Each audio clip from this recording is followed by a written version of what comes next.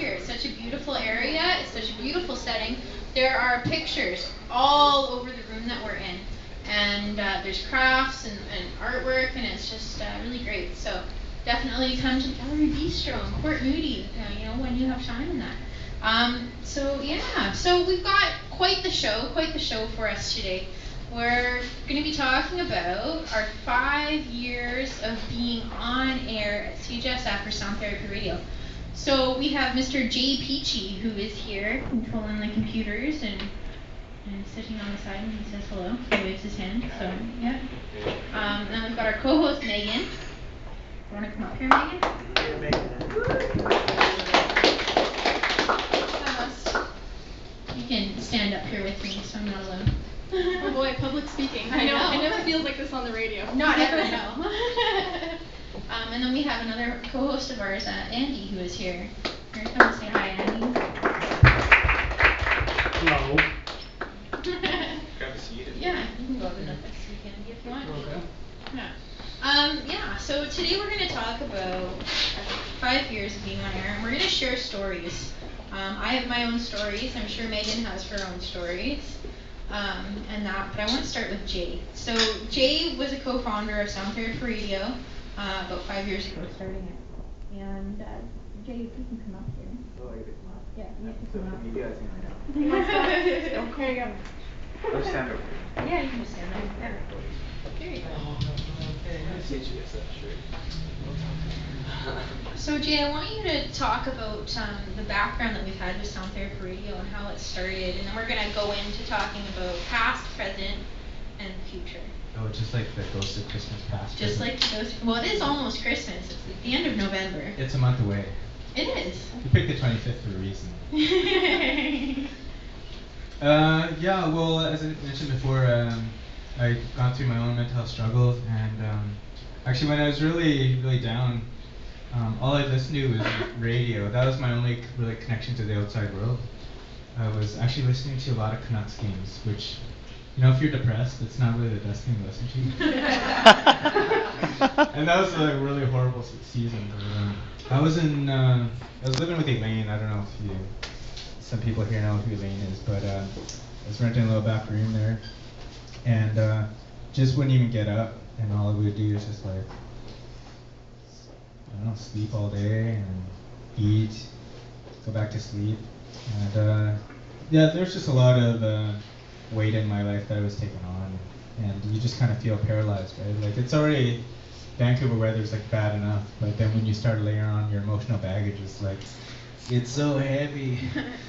But the radio, it was just kind of a connection for me, and then a whole series of events, I won't get into it, but I woke up, and my dad he was sick and in the hospital, and I had to drive my mom, and I was forced to get out, and that was kind of a number of things. And the salmon, which is just down from Elaine's house, is another epiphany. So, but the radio show was just a creative outlet. It just allowed me to speak about it. I didn't have to people didn't have to see me. I could just kind of share the story and get it out there, and then be around artists. And I really wanted to tap into my art, because when I was in the hospital, I went to art therapy, and that really helped a lot. So that's kind of the the basis of it, and I just wanted to learn.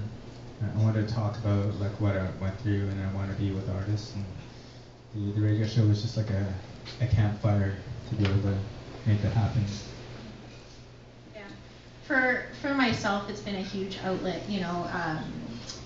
For all of the listeners at home, I probably say this every week, but I have a mental illness. It's called schizoaffective disorder, schizophrenia, and bipolar. And this show is absolutely huge for me to get the word out there about mental illnesses or disabilities. People need to understand that it's not a big deal, that people do go through everything. 10, 15 years ago, they didn't even know what schizoaffective disorder was. And 15, 20 years ago, people thought, well, that person's just weird, And so now it's actually coming quite out there, and people are realizing that it's just another person. It's not a big deal. You do not have to treat them differently, and especially for me to talk about it with people. I talk about it with as many people as I can, is because I just want them to be aware of it and understand how to deal with it, how to deal with me. And then I bring other guests on the show who want to share their stories. I have one guest that she's been on the show about 3 times now, and every couple of months she'll message me on Facebook and say, Lauren, I need my healing time. I need to come on the show and I need to tell my stories. And absolutely amazing people. And we've had hundreds of shows and topics and different people coming on, and so many stories. Yeah, probably like at least a couple hundred. Oh yeah. Because we had 100 episodes uploaded when I was in 2012. Yeah. So. And I've been here for about 3 or 4 years. Yeah. Doing this, so yeah, it's got to be a couple hundred episodes. Yeah, and it's a lot of medicine, I think, talking about it, right? For sure. And some people can't talk about it to their family members. They can't talk about it at work. And so the radio is a safe space because no one sees them. They can get their voice out. They don't even have to say their real name. No. They can go in crazy fish character.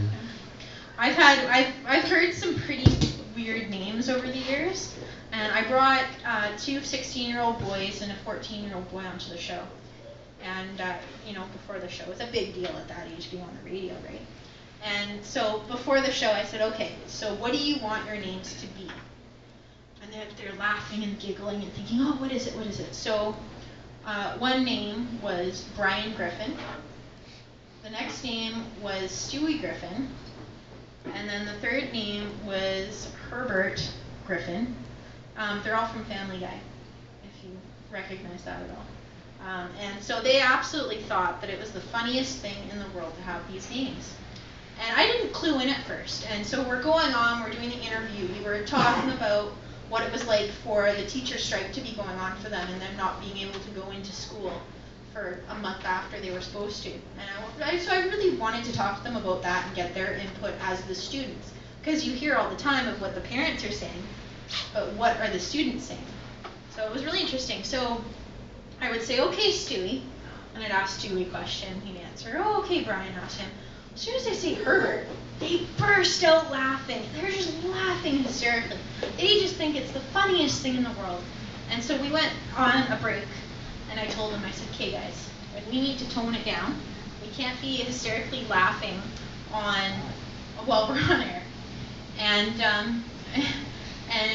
of course, I'd say Herbert again, and they'd burst out laughing. So at the end of that, I had to actually point to them. And I wouldn't say their name, I had to point to them for who was going to talk next, because they just couldn't stop laughing. So, They played a joke on you. They did. Oh, jeez, those kids.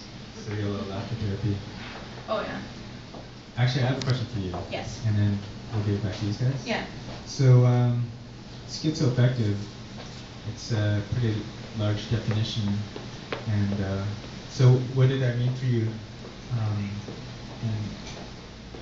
And was there paranoia involved? Could you not get outside? Like parallel to that, say that life before to where you are now, and like the changes.